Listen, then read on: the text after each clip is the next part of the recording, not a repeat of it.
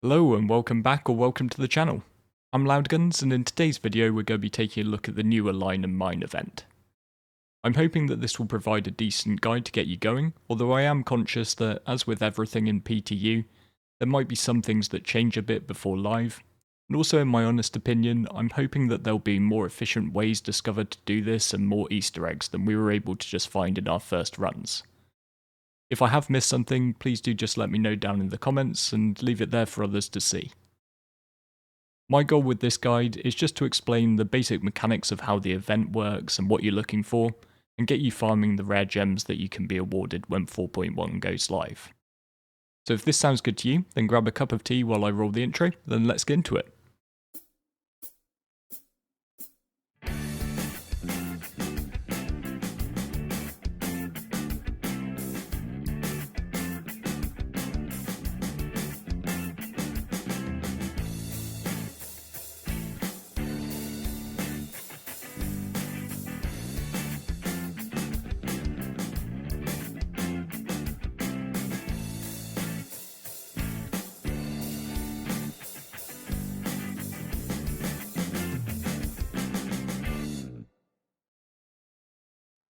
Before we look at Align and Mine itself though, what's the point of it? Well, in 4.1 we've got a new bunch of collection missions dropping that will guide you to Wickelow's Emporium. These three new locations are Banu trading hubs, and I've got to say they are pretty cool in themselves.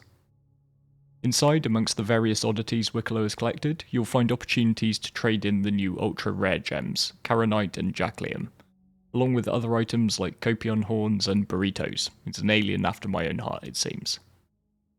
For these you'll get some cool unique armors, weapons, and ships. And as with most of the other ships in SC, even the mighty RSI Polaris is going to be earnable in-game, but rather than simply handing over credits, you'll need to follow this route through Wickelow's tasks to unlock one for yourself. The amount of resources in total it's going to take is huge, but to be fair, for that ship, it has to be. So now we know why we want these super rare gems, let's take a look at Align and Mine. The event is spread over 4 locations, 2 on the moon Daymar near Crusader and 2 on Aberdeen near Hurston. Each location is made up of 5 key points of interest, 3 satellite relays, 1 orbital laser, a space station directly above them, and what I'm going to lovingly call the pit, a cave in the centre that's blocked at the beginning by a hard black layer of rock. In order to extract the gems from the cave, first you'll need to align each of the satellite dishes, then power up the laser at the space station, and fire the laser from a bunker close to the pit. We're going to look at each stage step by step, but first we're going to want to think about the gear we'll need to bring.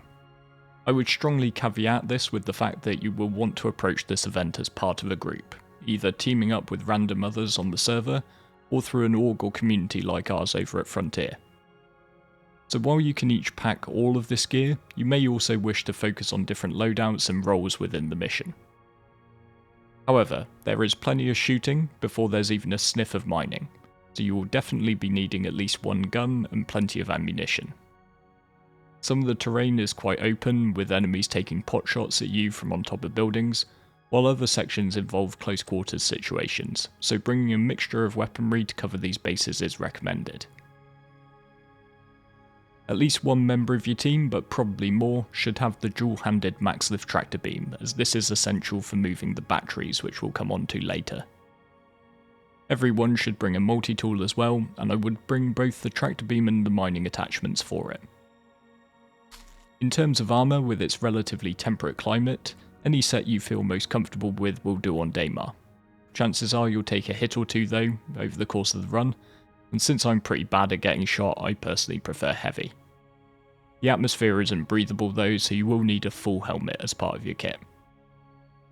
Aberdeen is a lot more inhospitable though, with scorching temperatures, so heavy armour will let you operate for a reasonable amount of time.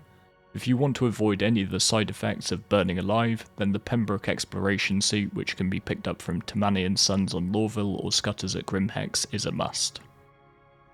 Heavy armour sets, of which the Pembroke is one, are also beneficial as they'll let you equip the largest capacity backpacks, which will come in handy for loot and gems further down the line. When it comes to ships, there is likely to be a bit of an element of ship combat within this mission, Though the couple of times we ran it, the NPCs didn't spawn, good old PTU. However, there is always the threat of other players, as some will undoubtedly see any gems that you take away from the site as gems that they could have taken away themselves, and they'll be ready to fight you for them. With this in mind, most of your crew should probably bring combat-worthy vessels. However, you will need at least one ship in the mix capable of carrying some cargo. Ships like Valkyries, Cutties, and Connies can work well for a mixture of cargo, dropship, and combat capabilities. Although of course if you're running this with a larger group, there's nothing wrong with showing up in a Polaris. I will say having something with a bit of a smaller footprint does help you landing closer to the sites, reducing the distances that you have to walk.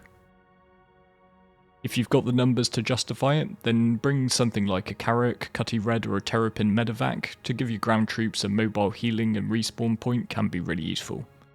And finally, if we really think ahead to the end of the mission, something capable of transporting a rock mining buggy, or when we get our hands on them, the Atlas Geos, would definitely be useful. So first up, let's go and get these satellite dishes aligned. There are slight differences in terms of layout between the three sites, but the idea here is very much the same. Your ultimate goal is the main building, with the decompressed dish on top. But in order to gain access to the security rooms, you're going to need to collect some red keycards, and to get to the red keycard printers, you'll need to grab blue ones. Blue keycard printers can be found quite easily, they're scattered around the various outbuildings. You may need to fight your way past a few bad guys and dust off your parkour skills and a few jump puzzles, but these are purposely quite plentiful. Interact with the printer to spit out a keycard and grab it below. The printers are all on a 45-minute cooldown, which you can see on the screen, so if you find one that's just being utilised, you're generally better to just move on to another. At each of the sites there will be a number of blue garage doors.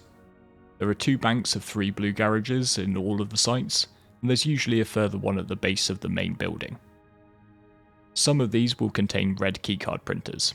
If you're keen to min-max, it can help to look through the windows first to decide the best options for using your blue keycards. Of course, all of these garages contain lots of loot of all varieties. You can even find a bunch of ship components.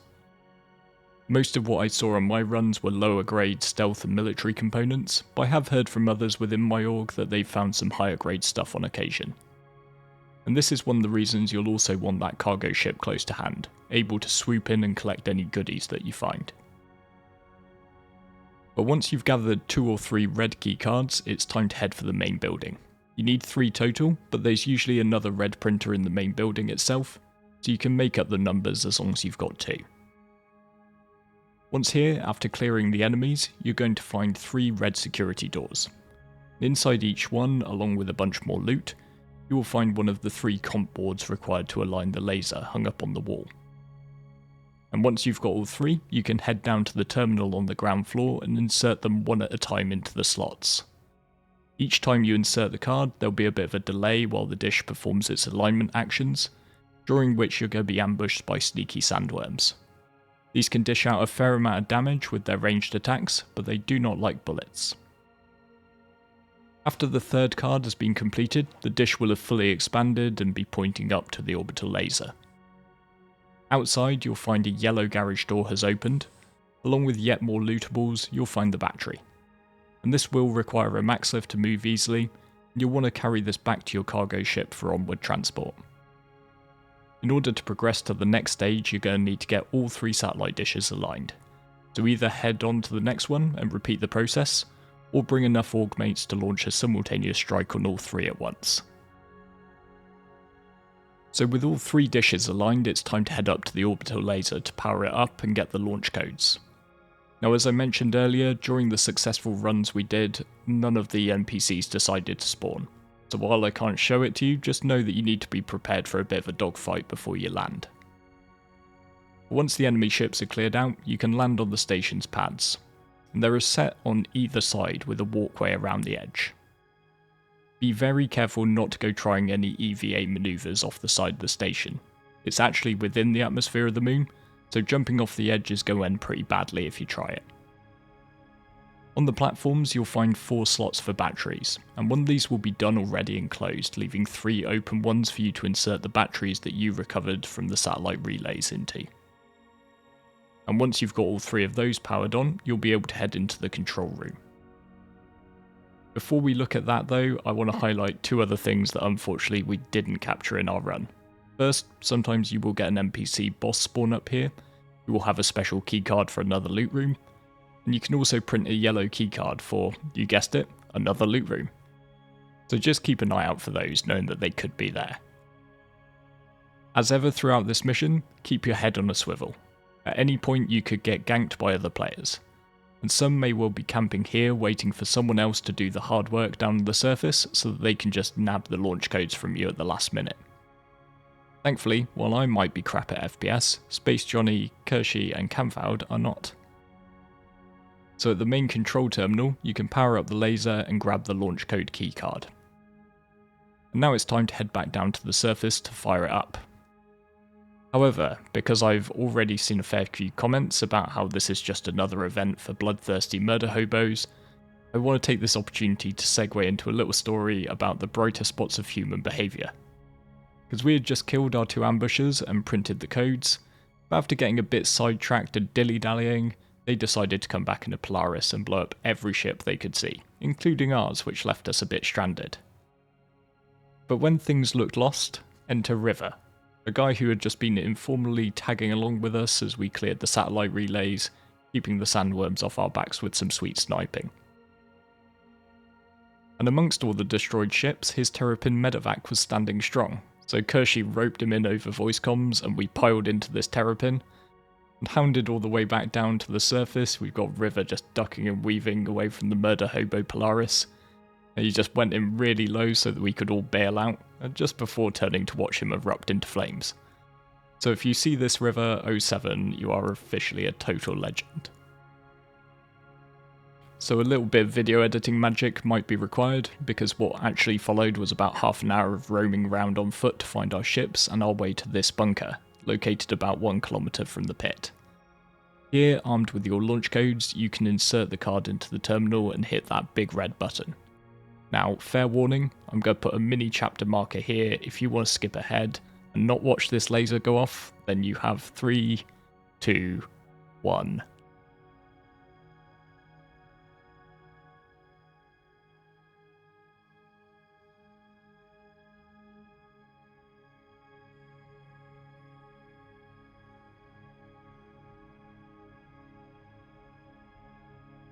And with the pit opened up, it's time for the mining to begin.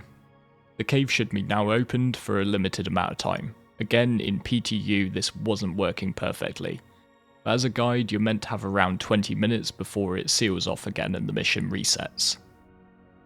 Many of the gem nodes down here are hand mineable size, and can be cracked by a solo operator with a pyro multi-tool and an orbit mining attachment. However, there are some larger nodes which you can choose to team up on, or for a much easier experience you can bring in a rock mining buggy. I would just note that it's very steep in here and there's definitely a lower level which would be hard to drive the rock into, and it'd be really hard to drive it out, so you will want to use that dual-handed tractor beam to lift your ship in.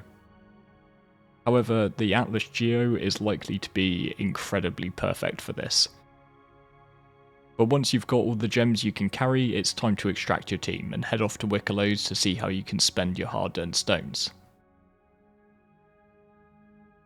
So I hope you enjoyed this quick guide to the new event. Like I said in the beginning, it's not likely or meant to be perfect, but I hope it's given you a firmer idea of what you're doing when 4.1 drops. This is honestly shaping up to be so much fun. It brings together different aspects of the game, and just in terms of a quality mission, it's really a step up from CIG in my opinion. Playing this for a limited time in a PTU build, I already had such a great time, and when it gets thrown open to the full player base with orgs competing with each other for the spot, I think it's got the potential to be one of the most dynamic pieces of content we've ever had. If you found the video useful and you think I've earned it, I would of course massively appreciate you hitting subscribe to the channel. And if you are looking for people to team up with for this, to tackle this mission and everything else in SC, then please don't hesitate to pop into our Discord, just see the video description down below for the link to that. But with all that said, I just want to say thank you very much for watching, and I look forward to seeing you next time.